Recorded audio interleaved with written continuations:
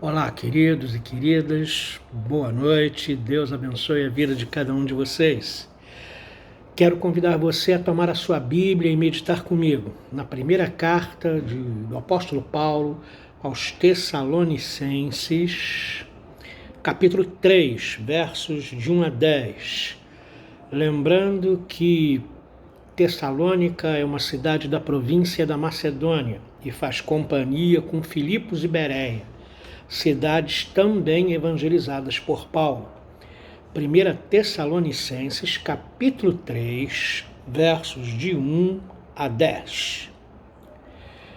Pelo que, não podendo suportar mais o cuidado por vós, pareceu-nos bem ficar sozinhos em Atenas e enviamos nosso irmão Timóteo, ministro de Deus no Evangelho de Cristo, para, em benefício da vossa fé, confirmar-vos e exortar-vos, a fim de que ninguém se inquiete com estas tribulações, porque vós mesmos sabeis que estamos designados para isto. Pois, quando ainda estávamos convosco, predissemos que íamos ser afligidos, o que de fato aconteceu e é do vosso conhecimento. Foi por isso que, já não sendo possível continuar esperando, mandei indagar o estado da vossa fé, temendo que o tentador vos provasse e se tornasse inútil o nosso labor. Agora, porém, com o regresso de Timóteo, vindo do vosso meio, trazendo-nos boas notícias da vossa fé e do vosso amor, e ainda de que sempre guardais grata lembrança de nós, desejando muito ver-nos, como aliás também nós a vós outros. Sim, irmãos, por isso fomos consolados acerca de vós pela vossa fé, apesar de todas as nossas privações e tribulações, porque agora vivemos, se é que estáis firmes no Senhor.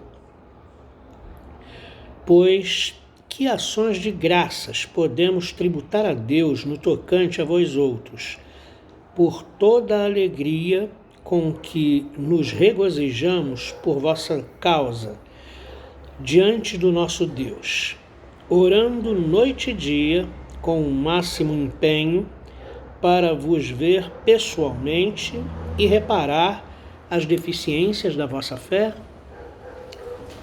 Tessalonicenses, primeira carta, capítulo 3, versos de 1 a 10. O apóstolo Paulo está na província da Acaia. Diferente da província da Macedônia, mais ao norte, a província da Acaia, também em território grego, é mais ao sul. E a província da Acaia é onde está a igreja de Corinto. Paulo escreve essa carta quando evangelizava a cidade de Corinto. E Corinto é a capital da província da Acaia. A única questão é que Atenas é a cidade mais famosa, também da província da Acaia.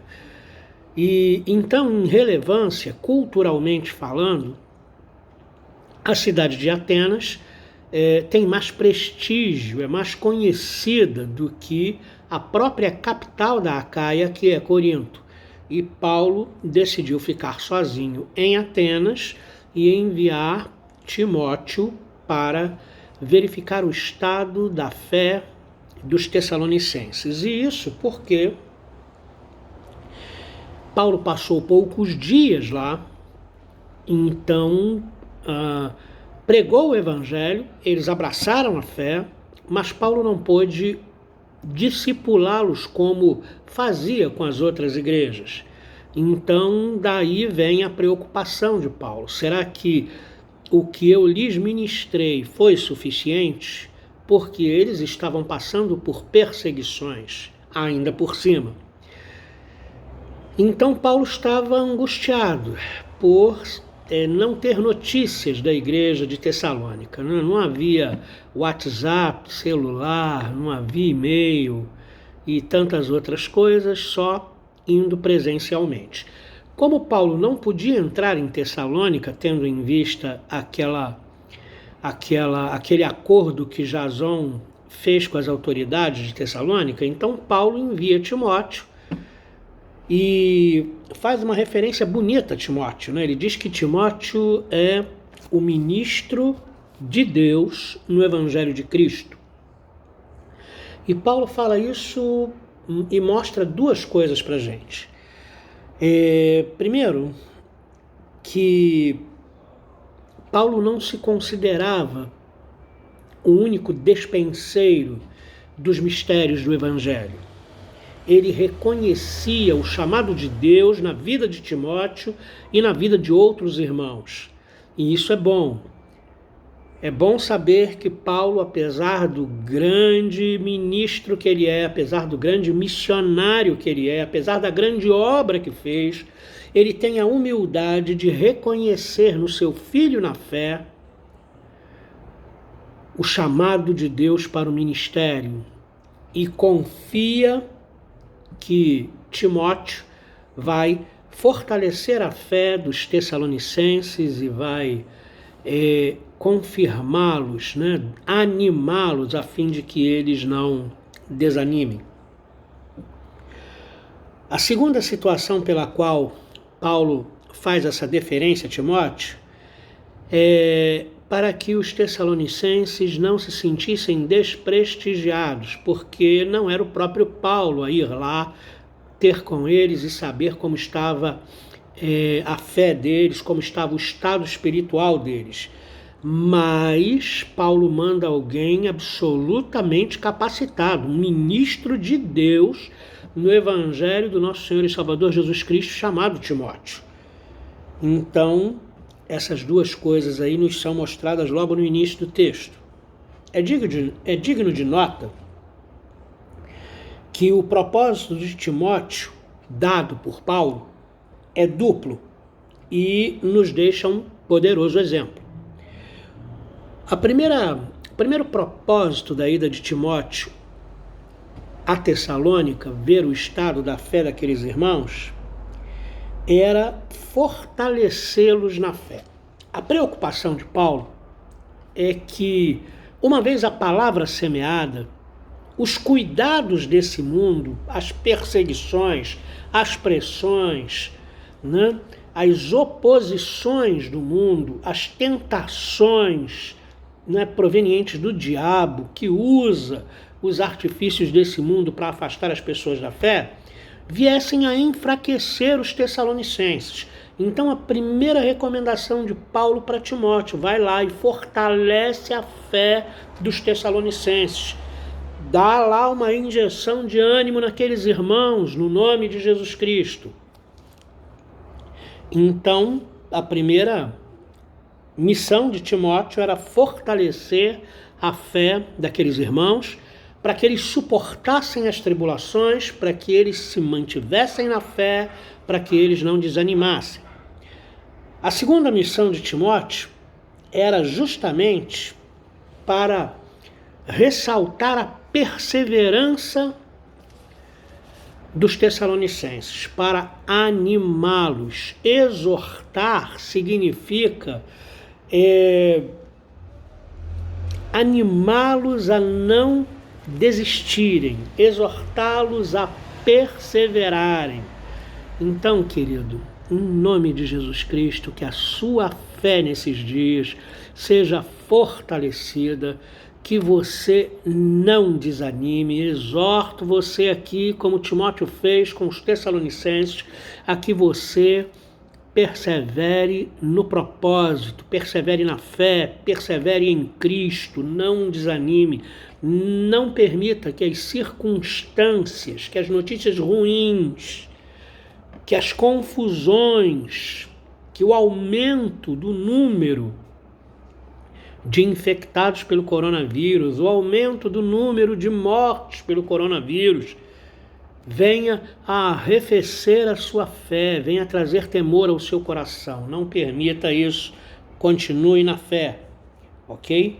Então, apesar das perseguições e tribulações, os nossos irmãos deveriam ser animados. E o poderoso exemplo que Paulo e Timóteo nos deixam é o seguinte: semelhantemente aos Tessalonicenses, nós hoje passamos por tribulações.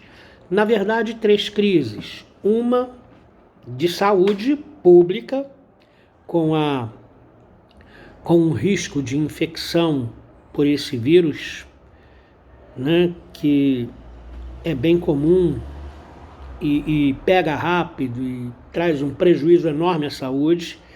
A outra é uma crise econômica com escassez de recursos, muita gente está passando necessidade, muita gente perdeu o emprego, outras pessoas tiveram contratos suspensos, e quem era ambulante e que trabalhava para comer no dia seguinte está sem comer. Então é uma crise poderosa.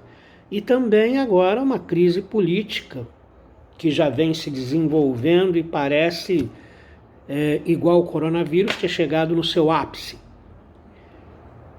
E eu pergunto para você, você tem se preocupado com os seus irmãos, com a fé dos seus irmãos? Você tem ligado para eles para incentivá-los a permanecerem na fé, sem desistir e sem desanimar, apesar das notícias ruins, apesar de parecer que a coisa só piora? A gente não precisava de mais fatos novos, ruins, mas estamos recebendo aí fatos novos, ruins. Hoje nós ultrapassamos o número de 4.000 mortos no Brasil por causa do coronavírus, e isso é uma notícia ruim. Lamentamos as pessoas que têm perdido seus queridos por conta dessa situação, profissionais de saúde, tanta notícia triste. Então, siga o exemplo do apóstolo Paulo e Timóteo, ligue para os seus irmãos, procure fortalecê-los na fé. Não ligue para eles para conversar sobre notícia ruim, ligue para eles para dar realmente notícias boas, que o nosso Deus está no trono, que o nosso Deus não entra em quarentena, que nós podemos orar e Ele vai nos ouvir e vai nos abençoar. Então, com o retorno de Timóteo, trazendo as boas notícias do estado da fé firme dos Tessalonicenses, apesar das tribulações e armações do tentador, que os Tessalonicenses não haviam desanimado, Paulo se sente aliviado, ele se sente alegre, ele se sente animado, ele dá ação de graças, né? Ele ora, né, agradecendo a Deus pelo seu cuidado, e ora também para que Deus permita que ele possa estar com os Tessalonicenses e reparar as deficiências da fé daqueles irmãos. E eu pergunto para você, quais são as deficiências que você tem enxergado na sua fé, na sua vida com Deus, na sua vida espiritual? Em quarentena nós temos tido tempo de meditar. Em quarentena nós temos tido tempo de estar mais em oração, estar mais com a leitura das Escrituras. Quais as deficiências que você tem encontrado na sua fé? Repare-as em nome de Jesus. Esse é um tempo de manutenção da fé, e que você possa ser abençoado nessa noite de sábado, em nome de Jesus Cristo. Amém.